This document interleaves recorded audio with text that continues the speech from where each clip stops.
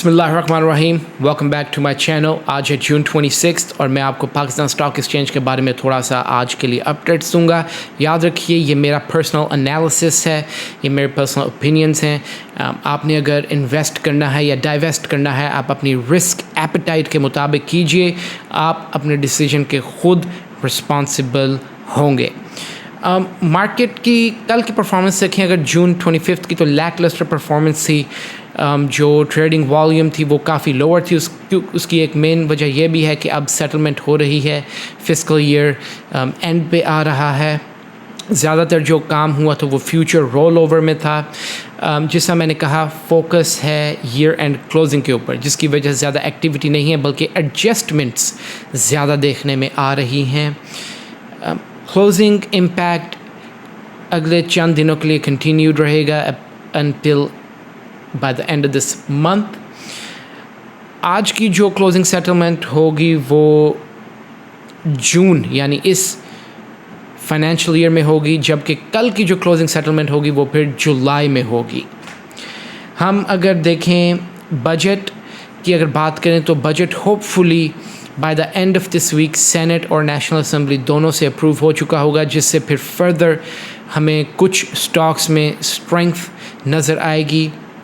हम अगर गवर्नमेंट की बात करें बजट से रिलेटेड, तो गवर्नमेंट ने जो नए टैक्स इंट्रोड्यूस किए थे ईवी और हाइब्रिड्स के ऊपर, वो उन्होंने पुल बैक कर लिए हैं, जिसकी वजह से इस सेक्टर में थोड़ा सा अपवर्ड बूस्ट नज़र आया है, मोटिवेशन नज़र आई है स्टॉक्स में। अगर मार्केट स्ट्रेटजी की बात की जाए तो डिप्स पे परचेस कीजिए। चांसेस हैं आज ज़्यादा वॉल्यूम पे ट्रेडिंग होगी। जो स्टॉक्स हैं जिनको आपको देखना चाहिए, जो इंडस्ट्री है वो है फर्टिलाइज़र, IBPs, ONCs, IT और बैंकिंग।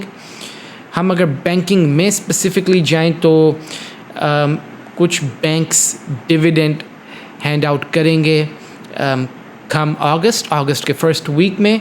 तो हम अगर स्पेसिफिकली बैंक्स की बात करें तो HPL, MCB, UBL और एलाइड बैंक, इनकी प्रूवन हिस्ट्री है कि ये डिविडेंड्स अपने शेयर होल्डर्स को देते हैं। तो अगर आप डिविडेंड्स का फ़ायदा उठाना चाहते हैं तो इन बैंक्स के स्टॉक्स में आप अपनी रिस्क एपेटाइट के मुताबिक इन्वेस्ट कीजिए।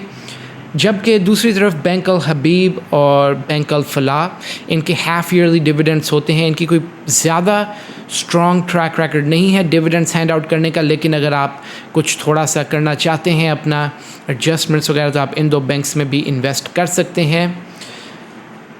अगर हम बात करें ऑयल एंड गैस सेक्टर की, तो ओगरा ने कहा था कि वो 10% रिडक्शन चाहता है रेट में, लेकिन गवर्नमेंट ने उस समरी को अप्रूव नहीं किया। गवर्नमेंट अभी भी उसके ऊपर बैठी है, क्योंकि गवर्नमेंट को इससे जो टैक्स रेवेन्यू मिलेगा वो फर्दर इस्तेमाल होगा ऑन डेट पेमेंट्स, स्पेशली सुई नॉर्दर्न और सुई सदर्न और ऑयल एंड गैस की जो डेट पेमेंट्स हैं उनके लिए। जिस तरह कि पहले कहा, डिप्स पे ही आपने बाय करना है, फोकस आपका बैंकिंग पे होना चाहिए अगर आप डिविडेंड्स चाहते हैं। और हमें कल फर्दर रिडक्शंस मिलेंगी। जिस तरह कि कहा, ईयर एंड क्लोजिंग आ रही है तो अभी एडजस्टमेंट्स ज़्यादा चल रही हैं और फ्यूचर का ज़्यादा तब पता चलेगा जब IMF की डील्स के हम और करीब तर होते रहेंगे। इंडेक्स लेवल की अगर बात करें तो 78,000 का लेवल ब्रेक हो चुका था और कल लोअर क्लोज हुआ था। आज की हम बात करें तो 77,500 से लेकर 77,400 के बीच में रहेगा। और अगर हम अपर साइड की तरफ देखते हैं तो 78,200 से लेकर 78,300 तक।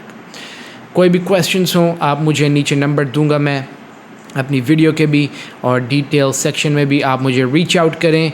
कोई भी क्वेरीज हैं, क्वेश्चंस हैं, feel free to reach out. याद रहे ये मेरा अपना एनालिसिस है, आप अपनी रिस्क एपेटाइट और अपनी जजमेंट के मुताबिक इन्वेस्ट या डाइवेस्ट कीजिए। अल्लाह हाफिज़।